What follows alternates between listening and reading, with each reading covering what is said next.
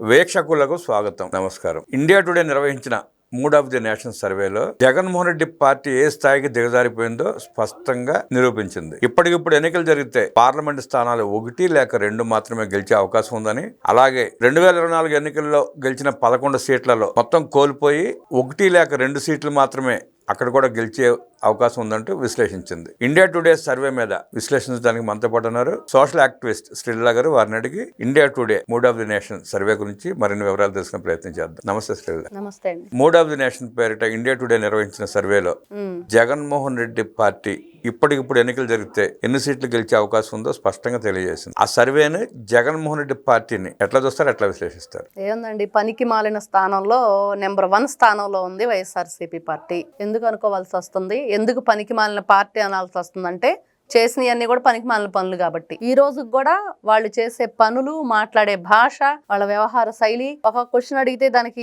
సమాధానం వంకర టింకరగా, అసలు అడిగిన ప్రశ్నకి సమాధానం కూడా సరిగ్గా చెప్పలేని పరిస్థితిలో వాళ్ళు ఉన్నారు ఈ రోజున. అందులోనూ మళ్ళీ ఈనాడు ఛానల్ జర్నలిస్ట్ గా చేసిన సజ్జల రామకృష్ణారెడ్డి లాంటి వాళ్ళు కూడా ఎంత దారుణంగా తయారయ్యారంటే, గత చరిత్ర చూసుకున్నా ప్రస్తుత చరిత్ర చూసుకున్నా వాళ్ళకి ఇప్పటికిప్పుడు ఎలక్షన్ పెడితే సింగిల్ డిజిట్ కి పరిమితం అయిపోతారు. ఎక్కడ ఎవరు కూడా ప్రజలు ఈ రోజున వైఎస్ఆర్సీపీ పార్టీ గురించి కానీ జగన్మోహన్ రెడ్డి గారిని ఒక అభూత కల్పనలో వాళ్ళ కోటరీ పెడుతున్నారు.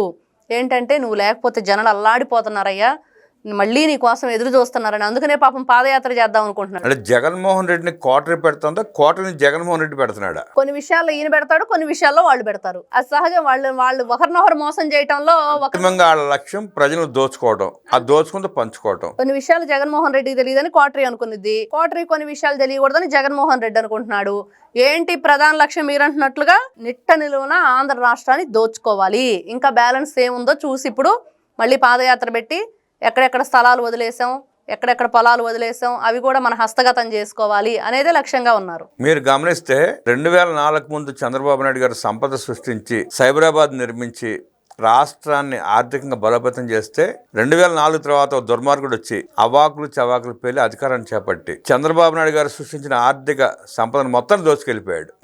అట్లాగే మళ్ళీ 2014 తర్వాత వచ్చిన చంద్రబాబు నాయుడు గారు మళ్ళీ ఆర్థికంగా పరిపుష్టం చేసి అభివృద్ధి చేసే క్రమంలో 2019లో అవాకులు చవాకులు పేలి ఆనాడు తండ్రి చెప్పినట్టు అబద్ధాలు చెప్పి ప్రజల్ని నమ్మించి మోసం చేసి అధికారాన్ని చేపట్టి జగన్మోహన్ రెడ్డి రాష్ట్రాన్ని ఎట్టా లూటీ చేశాడో మనం చూసాం. మళ్ళీ ఇప్పుడు చంద్రబాబు నాయుడు గారు ముఖ్యమంత్రి అయిన తర్వాత రాష్ట్రాన్ని అభివృద్ధి దిశగా నడిపిస్తూ పరిశ్రమలు తీసుకొస్తూ సంక్షేమ కార్యక్రమాలు చేస్తూ మళ్ళీ ఆర్థికంగా రాష్ట్రాన్ని అభివృద్ధి చేసే పందాలు నడుస్తూ ఉంటే మళ్ళీ కళ్ళుబండి జగన్మోహన్ రెడ్డి అవాకులు చవాకులు ప్రాంతాలు కులాలు మతాలుగా మళ్ళీ చీల్చి చెప్పిన అబద్ధాలు మళ్ళీ చెప్పి మళ్ళీ అధికారం చేపట్టి మళ్ళీ దోచుకునే ప్రయత్నంలో భాగంగా ఇన్ని కార్యక్రమాలు చేస్తున్నాడు. ఎన్ని చేసినా ఎన్ని అబద్ధాలు చెప్పినా ఇవాళ ప్రజలైతే నమ్మే పరిస్థితులు లేరు. అంటే రాష్ట్రం అభివృద్ధి దిశగా నడుస్తూ ఉంది, సంక్షేమ కార్యక్రమాలు అద్భుతంగా జరుగుతున్నాయి, పరిశ్రమలు అనేకం వస్తున్నాయి, 20 లక్షల కోట్ల రూపాయలు పైగా పెట్టుబడులు వస్తున్నాయి. ఈ పరిస్థితుల్లో జగన్మోహన్ రెడ్డి పిల్లి మొగ్గలు వేసినా తల నేలకేసి బాదుకున్నా ఓట్లేసేవాళ్ళు లేరు. అదే ఇండియా టుడే సర్వే స్పష్టం చేసింది. అంటే ఇక్కడ ఒకటండి, ఈ రోజున అందరూ ఏమనుకుంటున్నారు, మళ్ళీ ప్రజలు మోసపోతారేమోనని.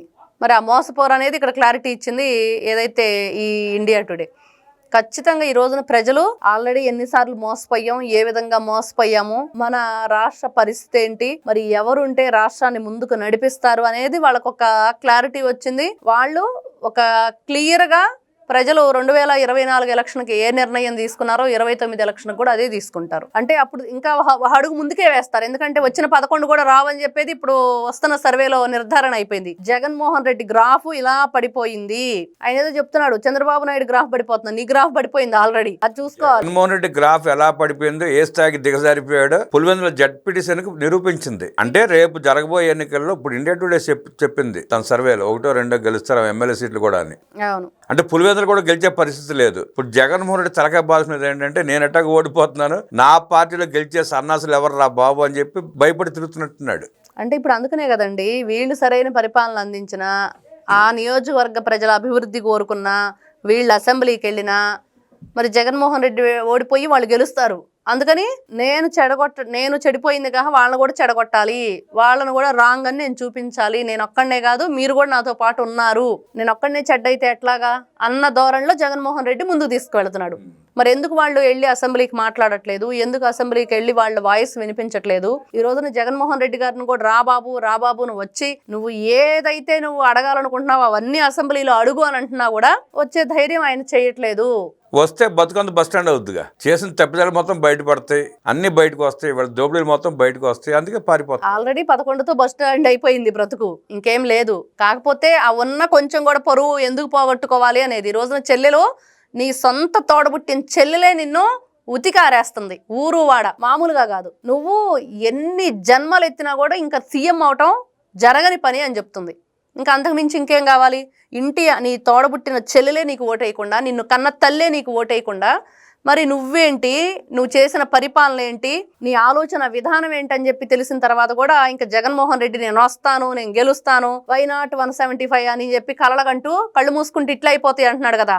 అట్లా కళ్ళు మూసుకొని కలలగంటని తప్పించి అవి పగటి కలలే గాని ఈయన అనుకుంటున్న ఏదైతే నేను అవుతాను సీఎంని అనేది మాత్రం జరగని పని. తిహార్ జైల్లో కూర్చొని కలలు కనాలి జగన్మోహన్ రెడ్డి, అదొకటే మిగిలింది. అవును, ఈ రోజున వీళ్ళు కలలగట్టం అటుంచి ఏదైతే కూటమి ప్రభుత్వం రాష్ట్రాన్ని అభివృద్ధి పదం వైపు నడిపిస్తూ, ఇంకొక వైపు వీళ్ళు చేస్తున్న గతంలో చేసిన దోపిడీలు, దౌర్జన్యాలు, ఈ భూ ఆక్రమణల మీద కూడా ఇంకొకసారి మళ్ళీ ప్రజలు అదే కోరుకుంటున్నారు. ఆ కొరడా జులిపించాలని, వాళ్ళ బ్రతుకులు ఏదైతే ఈ చీకటి వ్యవహారం ఉందో దాన్ని బట్టబయలు చేయాలని ఈ రోజున చూడండి, ఏమాత్రం కొంచెం అంటే కొంచెం కూడా సిగ్గు లేకుండా అచ్చోసిన ఆంబోతుల్లాగా మరి ఊరి మీద పడిపోయి మేము తప్పు చేయలేదు అని చెప్పేసి అరుస్తున్నారు. చేసిన తప్పు కనిపిస్తూ ఉన్నా అసెంబ్లీ సాక్షిగా వచ్చి మాట్లాడటానికి మీకు ధైర్యం లేక ఈ విధంగా ఊరూరా జగన్మోహన్ రెడ్డి జనాలను పెట్టుకొని, వాళ్ళ సోషల్ మీడియాను పెట్టుకొని, వాళ్ళ ఛానల్ను పెట్టుకొని ఒక ప్రాపకాండకి ఈ రోజున ఒక బ్రాహ్మణుడు చెప్తున్నాడు, ఆత్మార్పణ చేసుకున్నా కూడా తక్కువే మీరు చేసిన పాపానికి అని.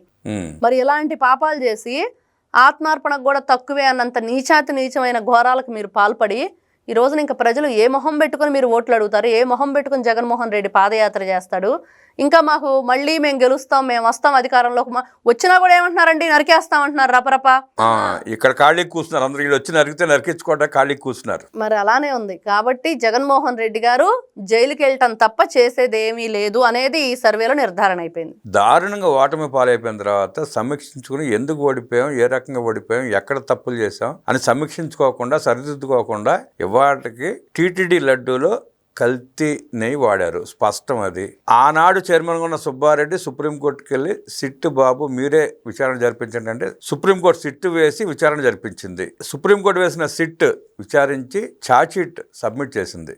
ఆ ఛార్జ్షీట్లో స్పష్టంగా నెయ్యి లేదు, కల్తీ నెయ్యి వాడారని చెప్పి స్పష్టం చేసింది. దాని మీద కూడా కొవ్వు లేదు, పంది కొవ్వు లేదు, ఆ కొవ్వు లేదు, ఈ కొవ్వు లేదు అని సిస్టర్ రాయలేదు. మా కొవ్వు వాడాం, కల్తీ చేసాం, అయితే తప్పేంటి అని ఇట్లాగే మాట్లాడుతున్న వాళ్ళ వ్యవహార శైలిని తీరుని ఎట్లా చూస్తారు? ఇక్కడ ఒకటేనండి, మీరు అన్నారు ఫస్ట్ చేసిన తప్పుని చక్కదిద్దుకోకుండా ఎందుకు మనకు 11 వచ్చినాయి అనేది ఆలోచించకుండా అని. అసలు ఆ ఆలోచనే ఉంటే డాక్టర్ సుధాకర్ మరణానికి, ఒక ఏదైతే అమర్నాథ్ గౌడ మరణానికి, ఒక గులకరాయి కేసు, ఒక కోడికత్తి కేసు, ఒక బాబాయి కేసు, తల్లి చెల్లి కూడా ఈ రోజు నీ నుంచి ఎందుకు వెళ్ళిపోయారు, రాష్ట్రంలో 30,000 ఆడపడుచుల తాళిబొట్లు ఎందుకు దిగినాయి, అక్రమంగా మద్యం ఎందుకు సరఫరా చేశారు, అందులోనూ అక్కడ ట్రాన్స్పరెంట్ మనీ ట్రాన్సాక్షన్ లేకుండా ఎందుకు చేశారు, మరి ఎవరైతే ప్రశ్నిస్తే వాళ్ళ మీద కేసులు పెట్టి 3rd డిగ్రీలు ఇచ్చి వాళ్ళ ఇల్లు ధ్వంసం చేసి, ఒకటి కాదు చేయిందంటూ ఏదీ లేదు, వాళ్ళకే గనక ఆలోచన ఉండి చేసిన తప్పు సరిదిద్దుకోవాలి, అసలు ఈ ప్రజల్లోంచి మనకి ఇట్లాంటివి ఎందుకు ఎదురవుతాయనే ఆలోచన ఉంటే ఈ రోజున జగన్మోహన్ రెడ్డి ప్రతిపక్ష హోదా లేకుండా ఎందుకు ఉండేవాడు?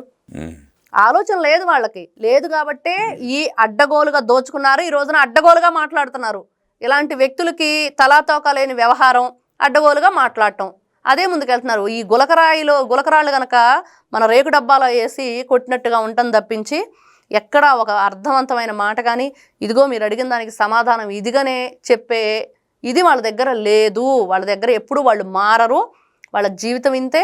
వాళ్ళందరూ కూడా శ్రీకృష్ణ జన్మస్థానానికి వెళ్ళటానికి రెడీ అయిపోయారు. 2004లో మోసపోయి రాజశేఖర రెడ్డిని గెలిపించినట్టు 2019లో అదే రకంగా మోసపోయి జగన్మోహన్ రెడ్డిని గెలిపించినట్టు 2029లో ప్రజలు మోసపోవడానికి సిద్ధంగా లేరని ఇండియా టుడే సర్వే ప్రకారం ఆ 1-2 సీట్లకు పరిమితం అయిపోయి రాజకీయ సమాజం నుంచి జగన్ రెడ్డి బయటకు వచ్చే అవకాశం లేదంటూ విశ్లేషించిన శ్రీలా గారికి ధన్యవాదాలు తెలియజేస్తూ నమస్కారం.